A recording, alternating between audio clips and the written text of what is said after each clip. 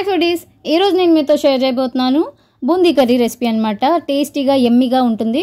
So మనకి ఇంట్లో ఏమి లేనప్పుడు ఈజీగా క్విక్గా ఈ రెసిపీని చేసుకోవచ్చు అనమాట.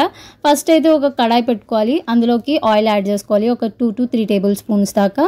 తర్వాత తాలింపు వేసుకుంటున్నాను అనమాట. దీనికోసం ఒక స్పూన్ శనగపప్పు, ఒక స్పూన్ మినప్పప్పు, తర్వాత ఒక స్పూన్ ఆవాలు, ఒక స్పూన్ జీలకర్ర ఇవన్నీ యాడ్ చేసుకున్న తర్వాత 2 రెబ్బలు కరివేపాకు యాడ్ చేసుకోవాలన్నమాట. ఈ తాలింపులోకి ఆయిల్ అనేది హీట్ ఎక్కిన తర్వాత అవి కొంచెం లైట్గా ఫ్రై అయిన తర్వాత కొంచెం ఏదైతే ఒక 2 టమాటాలైనా ఒక టమాటా చిన్న సైజ్వి కట్ చేసుకుని యాడ్ చేసుకోవాలన్నమాట. సో ఇక్కడ చూస్తున్నారు కదా, ఈ విధంగా అయితే మిక్స్ చేసుకోవాలి.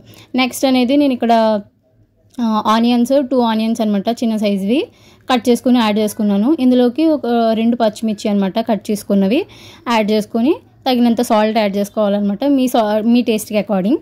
సో ఇందులోకి కొంచెం పసుపు, తర్వాత ఒక హాఫ్ స్పూన్ వరకు అల్లం వెల్లుల్లి పేస్ట్ యాడ్ చేశాను.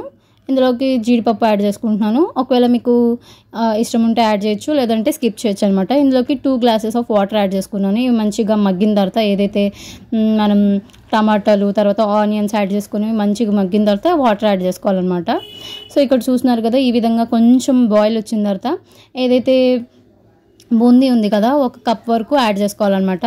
సో యాడ్ చేసుకుని లాస్ట్లో ఏదైతే కొత్తిమీర యాడ్ చేసుకోవాలన్నమాట.